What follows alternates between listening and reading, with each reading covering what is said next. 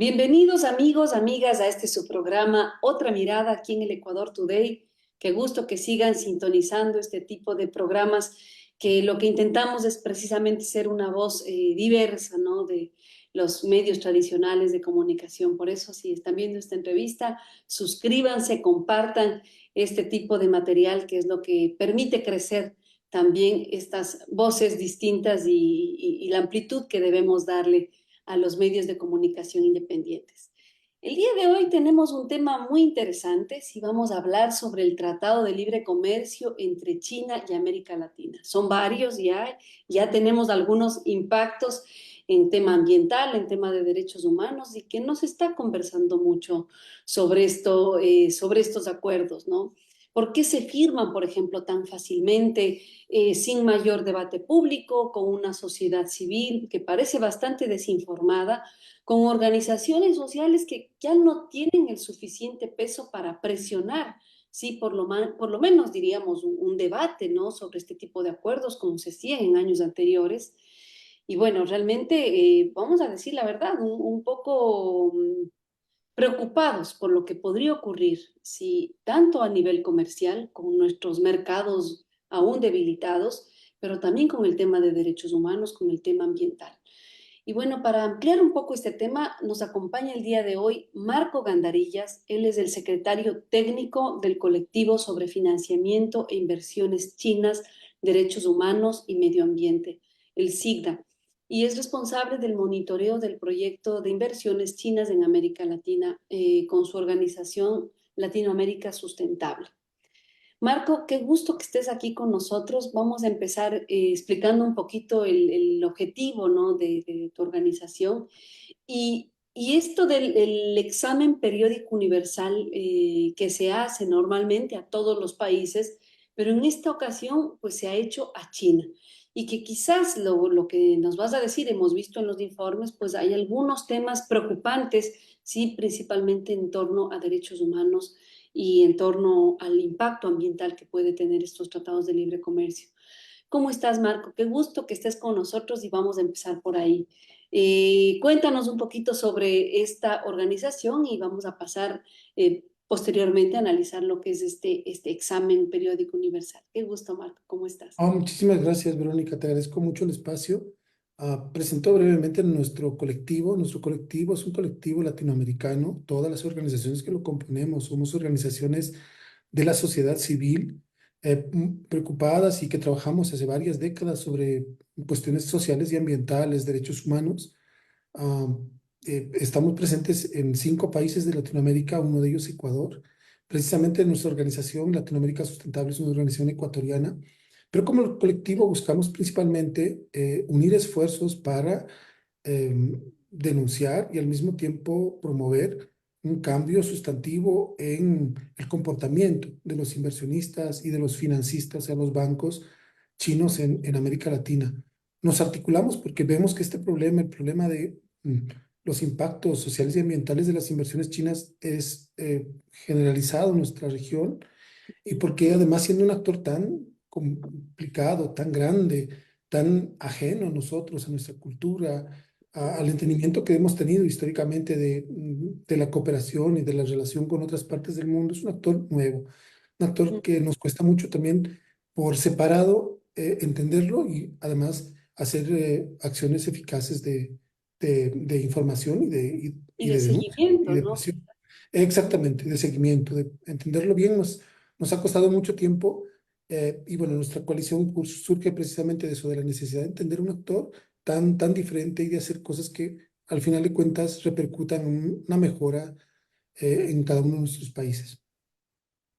Interesante, interesante, Marco, porque de alguna forma lo que estamos viendo también es que el tratamiento que ahora se tiene con América Latina, y tú quizás, tú dices este actor nuevo, ¿no? Pero yo diría, no sé si este es tu análisis también, no ha cambiado mucho de cómo nos han tratado también las otras grandes potencias, ¿no? Y uno de los intereses que se tenía, al menos en los últimos años, de gobiernos un poco progresistas, y progresistas muchos de ellos, vamos a decirlo, era que quizás este acercamiento a China le dé otra posición a América Latina, o ese era un poco el discurso con el que entraron este tipo de negociaciones. Y lo que estamos viendo es que quizás seguimos ocupando el mismo lugar residual, ¿no? Seguimos siendo los países que entregamos solamente materias primas y quizás por eso también ese descuido, ¿no es cierto?, ambiental o ese impacto tan grave que tienen estos proyectos,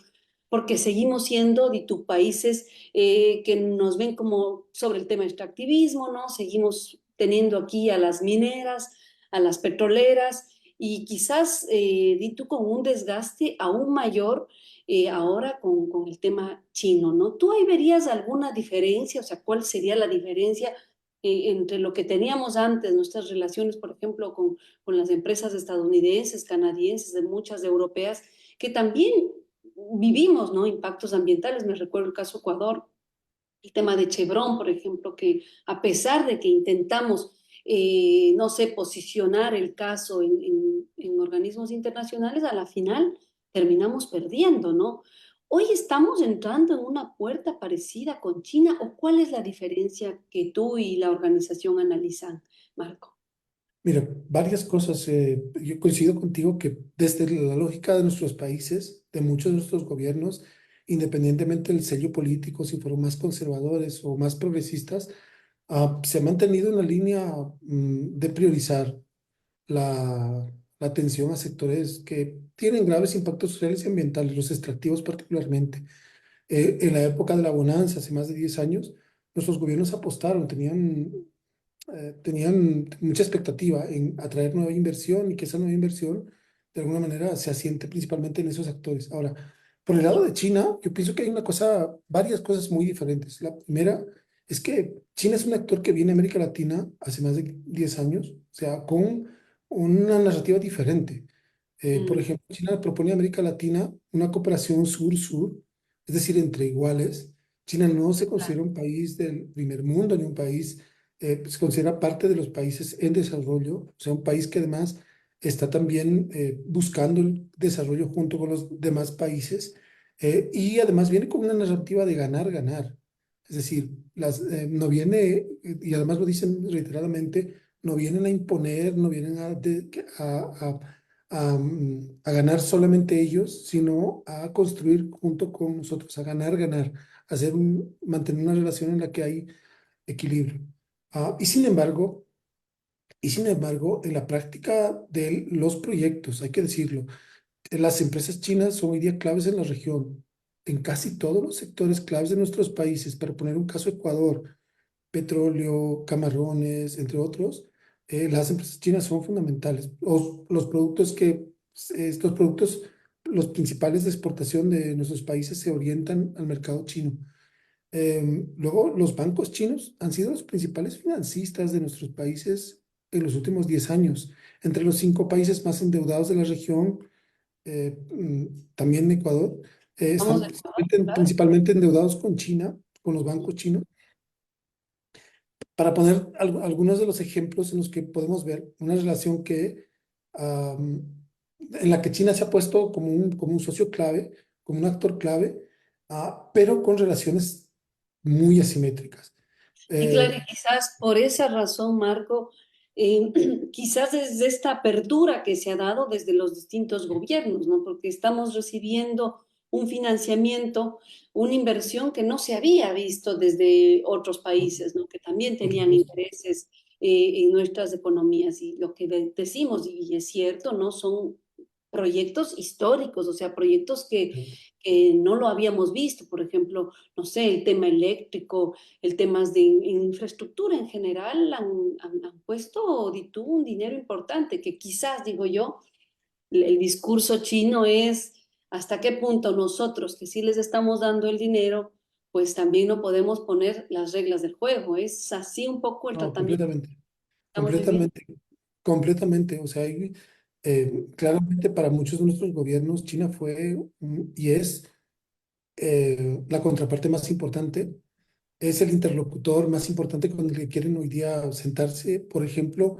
eso es lo que explica lo que mencionamos al principio del programa, la cantidad de tratados de libre comercio que han estado en gestión después de la pandemia.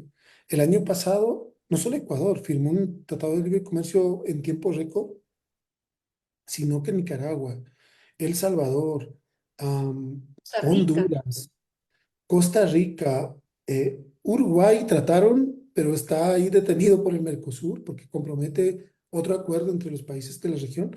Pero imagínate la cantidad de tratados de libre comercio que de manera muy acelerada se han empezado a firmar y ha sido principalmente impulsado por este apetito de nuestros países de tener buenas relaciones, las mejores relaciones posibles con China. Digo, no solo en ese frente, vemos en otros frentes, hay a la fecha 22 acuerdos, memorandos de entendimiento para la iniciativa de la Franja y la Ruta. La iniciativa de la Franja y la Ruta es la iniciativa de integración comercial, de infraestructuras y de telecomunicaciones más grande de todo el siglo XXI. Es una iniciativa que lanzó Xi Jinping, el presidente chino, el año 2013. Y a la fecha hay 22 países latinoamericanos que son parte de la IFR, de la iniciativa de la Franja y la Ruta, que se conoce en inglés como Belt and Road Initiative. Pero eso Mm. muestra otra vez, o sea, nuestros países ven a China como un actor clave, como alguien con quien quieren relacionarse. Y sin embargo, tenemos un problema, que efectivamente China es el destino de nuestros principales productos de exportación. De China nos están viniendo las principales empresas a invertir en los sectores más estratégicos de nuestros países, como en estos tiempos los minerales de transición, cobre, litio, entre otros.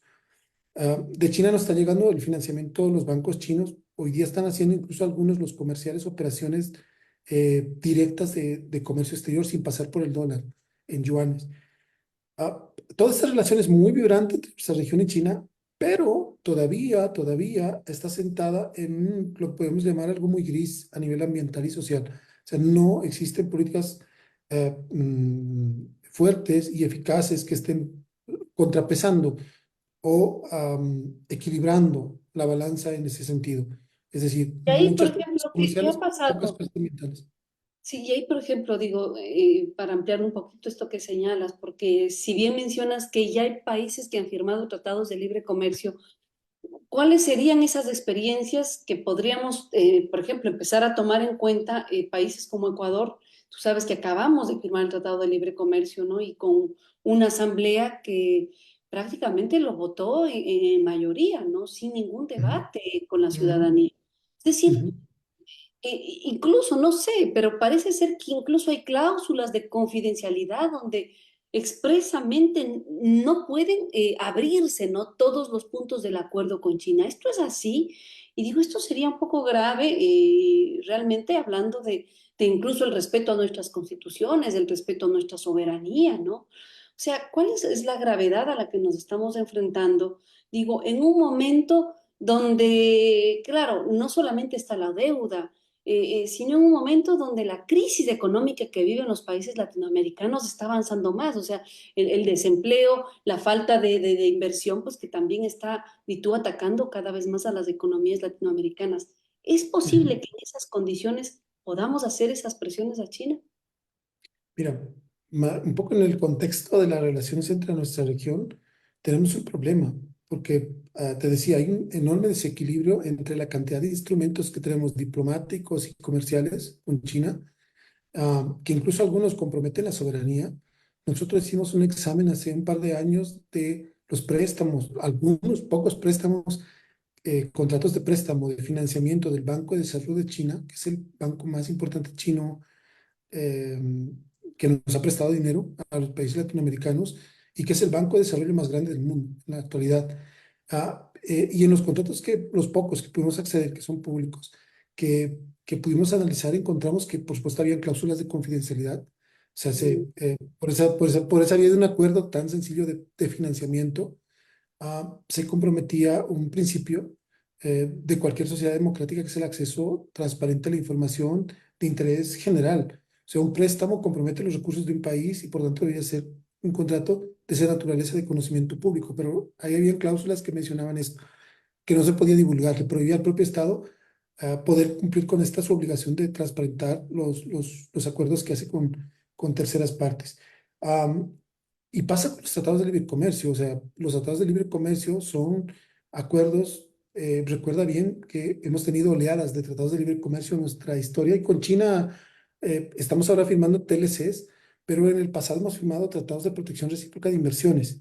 Lo que principalmente se busca con este tipo de instrumentos es garantizar que las inversiones van a mantenerse en el tiempo y van a mantenerse los principios de seguridad jurídica para los inversionistas, principalmente. Y eso significa que los países delegan su soberanía. Todos los acuerdos de libre comercio, o sea, que se firman, y no es la excepción los que tenemos con China, eh, hacen que para los países sea luego difícil ejercer su soberanía, por ejemplo, en materias tan importantes como las sociales o ambientales. Pongo un ejemplo. eh, Hay muchas demandas producto de tratados de libre comercio de las compañías que hacen inversiones en los países, hacia los países, eh, acusando que hubieron conflictos con un proyecto, con el desarrollo de una inversión que no les permitieron desarrollar el conflicto, el emprendimiento. Ok. Y esos conflictos se asientan en el fondo, como pasa con muchas compañías chinas, en luego la incomprensión que tuvieron estas compañías a la hora de invertir, ¿no? Como tienen ese mecanismo jurídico de protección jurídica, luego reclaman indemnizaciones, lucro cesante a los países. Y es una de las razones también por las que estamos tan endeudados en América Latina. Pero, bueno, tú decías los tratados de libre comercio de América Latina, solo dos de los acuerdos que hasta ahora tiene China, el de Chile y Costa Rica, tienen previsiones, cláusulas ambientales. La mayoría no los tiene, solo son comerciales. Y eso es un problema, porque entonces no hay ningún compromiso en contraparte de China y de sus empresas luego de proteger o respetar eh, cosas que están consagradas en nuestras constituciones, por ejemplo. Incluso a los nuestros pueblos indígenas, ¿no? En el caso ecuatoriano ya se ve algunos proyectos que han hecho en la Amazonía, donde claramente pueblos indígenas se han visto despojados de sus tierras, incluso violentados en su derecho a la consulta previa, ¿no? De muchos de los Exactamente. proyectos. Entonces dices, claro que es complicada la situación, pero lo que nos sorprende también es el silencio de nuestros gobiernos. Entonces, como tú dices, quizás es esto, ¿no? O sea, tal es la dependencia que estamos teniendo del financiamiento chino y la misma crisis en la que está viviendo el país, que dice, bueno, si es que de China nos viene el dinero, ¿no? Pues quizás nos toca hacer como la vista gorda a ciertas cláusulas que parece ser que el gobierno chino no quiere dar una apertura, ¿no? Por lo menos a la discusión. Y ahí digo, es clave lo que tú estás haciendo junto a la organización, ¿no? A la que representas con el examen, por ejemplo, con este examen que se hace a los países sobre este examen universal sobre derechos humanos. Explícanos un poquito cómo funciona este examen y cuál ha sido el resultado que se ha tenido del último que se hizo en relación a la presencia china en América Latina. Mira, te cuento, el EPO es un mecanismo del Consejo de Derechos Humanos al que se somete voluntariamente todos los miembros del Consejo de Derechos Humanos, todos los que son los países que son miembros de la ONU, se someten voluntariamente, por eso se llama examen, porque es un examen voluntario, periódico, porque es un examen que ocurre cada 4 años y medio, y universal, porque conlleva a todos los derechos humanos. En la ONU, el Consejo de Derechos Humanos, los asuntos, excepto en el EPU, se tratan por separado. Los convenios, por ejemplo, sobre derechos políticos y civiles, los trata un comité, los derechos de la mujer lo trata otro comité. Sin embargo, en el EPU hay una oportunidad para una evaluación integral, universal, de todos los derechos, pactos y convenios de derechos humanos que firma un Estado. Es una herramienta constructiva en la medida en que permite o sea, se basa en elevar recomendaciones, no solo en identificar los problemas que existen, sino en elevar recomendaciones para que el Estado pueda cumplir cabalmente con esos pactos y convenios que ha suscrito y a los que se ha adherido, convenios de derechos humanos. Ahora, este es el cuarto examen de China, el cuarto examen periódico universal de China. Eh, Nuestro colectivo ha trabajado sistemáticamente desde el tercer examen periódico, elevando preocupaciones sobre las obligaciones extraterritoriales en derechos humanos relacionadas con las actividades empresariales de China en el extranjero. ¿Qué quiere decir esto? China hoy día es un actor, como lo hemos estado analizando hace un momento, tan relevante en el mundo y en nuestra región, por supuesto, que opera en proyectos, en áreas y con población altamente vulnerable, que por efecto de esta inversión, de este financiamiento, de estas actividades, puede ser impactada sistemáticamente o de manera muy, muy profunda en sus derechos humanos. Lo que hace nuestro colectivo, lo que ha hecho, lo que ha estado haciendo es documentar casos, situaciones en las que se ven estos abusos en los derechos humanos y al medio ambiente y presentarlos en estos foros. ¿Por qué? Porque, como mencionamos al principio, es muy difícil o ha sido muy difícil por la relación que nuestros países tienen con China, poder tener mayor impacto Transparencia, ¿no? en nuestros propios países. En muchos Ujú, de los casos que hemos documentado, nuestros países, nuestros gobiernos son los principales promotores de estos proyectos, los proyectos donde participan empresas o bancos chinos. Y además sabemos que nuestro continente está viendo un retroceso muy grande a nivel de políticas sociales y políticas ambientales, precisamente porque se está buscando más inversión y ya para que esa inversión no tenga problemas, se relajan las normas o se reducen los estándares. Ahora, nosotros partimos de un principio en hacer esta interpelación a China en estos foros, y es que China es corresponsable por lo que pasa con los derechos humanos en nuestros países. Y es corresponsable porque en muchos casos tienen las empresas que vienen a operar, chinas que operan en nuestro continente, conocen o deberían tener conocimiento de la situación en la que vienen a hacer la inversión. Y como digo, en muchos casos operan en áreas protegidas por ley, o sea, en áreas que tienen diferentes grados de protección, no solo ambiental, sino social, territorios de poblaciones indígenas, titulados por nuestros estados y que gozan, por tanto, de un carácter especial de protección legal, u operan en áreas donde no han tenido el consentimiento libre, previo, informado, que además de estar reconocido en varias constituciones, es un convenio que nuestros países han suscrito con la Organización Internacional del Trabajo, entre otros. ujú. Entonces, tratamos de responsabilizar a China y hacer que tome medidas para que exista un cambio de comportamiento de sus empresas, de sus bancos, pero al mismo tiempo que las políticas de cooperación de China con nuestra región y con el extranjero en general tengan o se atengan a principios, por ejemplo, como los principios rectores de empresas y derechos humanos, entre otros, para que no sean lesivas a los derechos humanos en la región. Ujú, ujú. Interesante, Marco, porque siento que también este puede ser un instrumento que nos permita a las organizaciones sociales, ¿no? A los actores de la sociedad civil, también a tener más información, o sea, porque realmente te digo, no se está discutiendo de estos temas.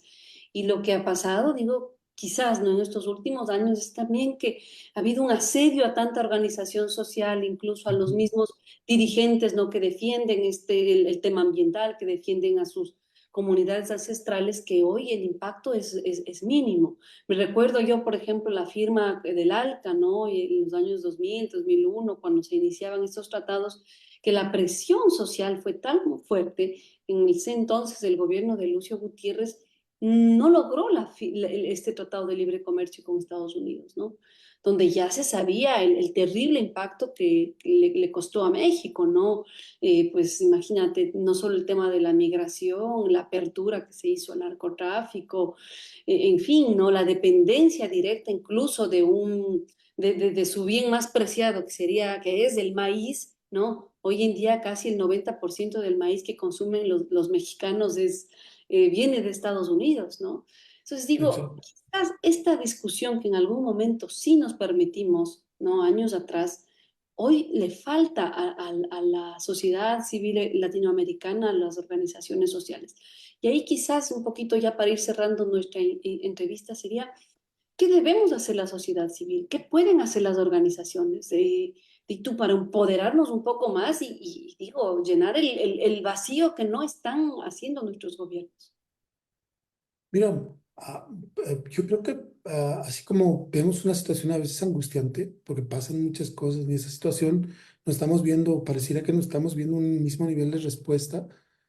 Y sin embargo, yo te digo, participando del EPO de China, es la primera vez que más de 200 organizaciones de la sociedad civil, más de 200 de América Latina, fuimos más de 30 organizaciones las que presentamos un informe documentando 29 casos de impactos en los derechos humanos y el medio ambiente de estas inversiones chinas. Y estamos, creo, poco a poco sentando precedentes, no solo de nuestra participación y la importancia de que China reconozca a otros actores, además de nuestros estados con los que nos firman los acuerdos, los TLCs y otros instrumentos de negocios, sino que reconozca también la importancia de la sociedad civil como un actor clave para, por ejemplo, eh, participar para cumplir derechos sociales y ambientales.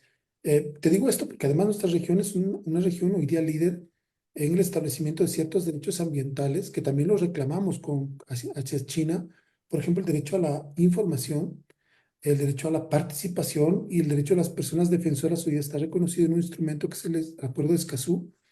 Y le hacemos recordar a China que una vez que viene a invertir que sus empresas vienen a invertir en América Latina, tienen la obligación de cumplir con acuerdos como estos. Entonces, yo pienso que así como a veces nos desanimamos, también creo que hay importantes muestras de que la fuerza de Puede las hacer algo, organizaciones, claro.